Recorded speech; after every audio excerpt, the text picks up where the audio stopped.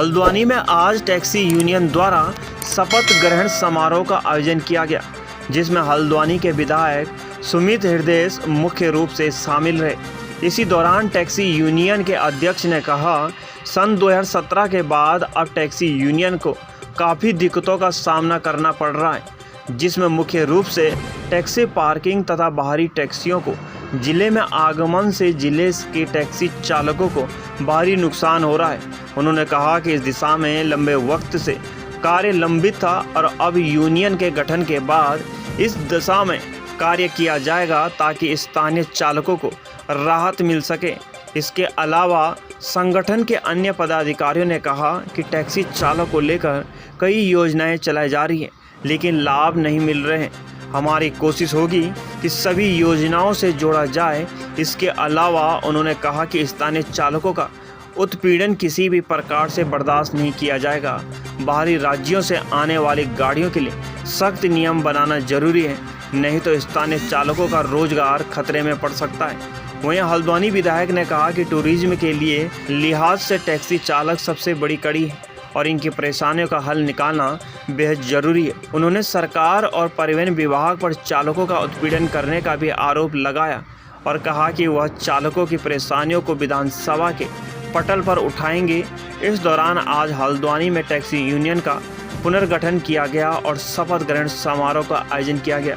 हल्द्वानी से दीपक अधिकारी की रिपोर्ट। नए काम की शुरुआत की है, एक नए संगठन का गठन हुआ है, तो पूरे संगठन ने इसका स्वागत करना है और हृदय से धन्यवाद देना है अपने सभी सदस्यों का, जिन्होंने इस संगठन का निर्माण किया और पूरी शक्ति से और श्रद्धा से इसका निर्माण किया हुआ है। जहाँ तक आपने समस्याओं की बात कही, मंच में मैंने पहले भी बताया, मैं आपके चैनल के माध्यम से एक बार फिर सरकार को, शासन को बताना चाहता हूँ कि जिस प्रकार हमारे परमिट में माननीय उच्च न्यायालय द्वारा जो प्रतिबंधित कर दिया गया 3 जुलाई 2017 के बाद, उसकी वजह से हमारे नैनीताल पहुँचने वाले पर्यटकों के लिए जो टैक्सी का आना है वो बंद हो गया है।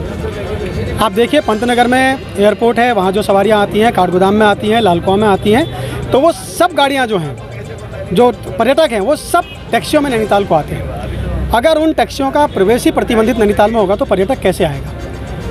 मैं पहले भी कहते आया हूँ कि जो टैक्सी चालक है वो कृष्ण है पर्यटन कारोबार का, तो अगर कृष्ण ही नहीं होगा तो पर्यटन की महाभारत कैसे होगी?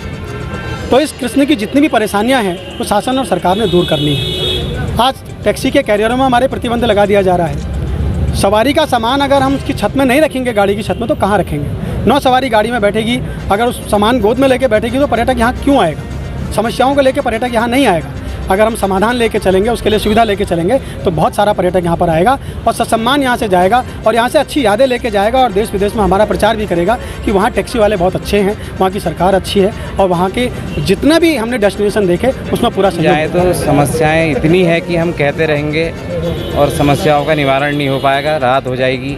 इसलिए मैं कुछ मुद्दे बता रहा हूँ आपको कि पहले तो हमारी जो मेन समस्या सबसे पहले है पार्किंग की। हम पे गाड़ियां हैं, कम से कम 1400-1500 गाड़ियां हमारी हल्द्वानी की है, अगर जो खाली रजिस्टर्ड हैं, और अगर वैसे देखे जाएँ तो 10,000 गाड़ियां हमारी खाली हल्द्वानी से जो संचालित हो रही हैं, और हम पे गाड़ी लगाने को केवल 150 गाड़ियों की जगह है।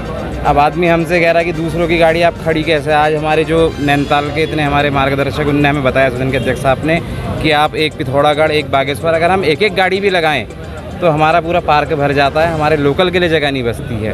पहले तो मेन हमारी सबसे समस्या ये पार्किंग की है, और दूसरी समस्या हमारी जो टीवी नंबर नैनीताल, जिसके बारे में आपको भी नैनीताल एसोसिएशन के अध्यक्ष साहब ने पूरा अवगत कराया, इसके लिए कई मुद्दे हो चुके हैं, सब चीज़ें हो चुकी हैं, लेकिन अब हमारा ये है, अगर इसमें सरकार हमें अगर ये टीवी नंबर नहीं खोलेगी तो हमें रोड पर उतरने में बाध्य होना पड़ेगा। ये हमारी मजबूरी है, पूरे संगठन की मजबूरी है, तो हमें इसके लिए जो हमारी मेन समस्या है वो हमारी सबसे पहले जो नैनीताल में हमारी गाड़ियाँ प्रवेश करती हैं, जैसा कि अभी नीरज जी ने बताया कि जो गाड़ियाँ प्रवेश करती हैं उसके लिए हमारे माननीय उच्च न्यायालय ने बंद कर दिए। जैसे कि अभी उन्होंने बताया कि हमारे यहाँ से गाड़ियाँ नहीं जाती हैं, और मेन चीज़ है हमारे सवारियों कि जैसे पुलिस वाले चले गए, उन्होंने रोक लिया।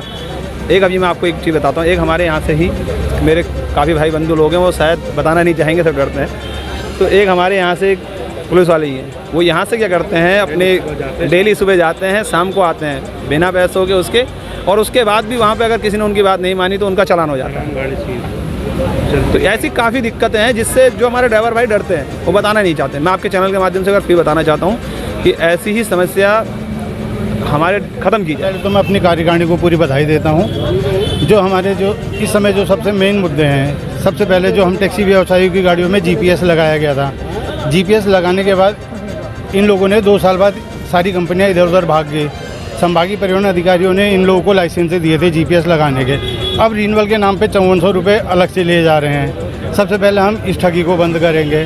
दूसरा जो हमारा लगेज कैरियर वाला मामला है, ये लगेज कैरियर वाला मामला जो है सन 2004 में विधानसभा में पारित हुआ था कि एक सवारी जो है 30 किलो वेट लेके जाएगी, 30 केजी तक का वेट ले जाती है। अब हमारी 8 सीटर गाड़ी है, वो 240 केजी का वेट है, वो 240 केजी का वेट कहाँ पे वो रखेगी। इस मामले में हम परिवहन सचिव जी से भी मिले हैं। परिवहन सचिव जी ने हमें आश्वासन नहीं है, उसमें अब मैं विश्वास दिलाता हूँ कि 1 महीने के अंदर हम इसका पूरा शासनादेश ला के दिखाएंगे। और साथ ही साथ ये है कि जो मानक के अनुरूप बनेगा लगेज कैरियर, वो चीज़ अलग है, क्योंकि कहीं ना कहीं हम लोगों की भी लापरवाही है।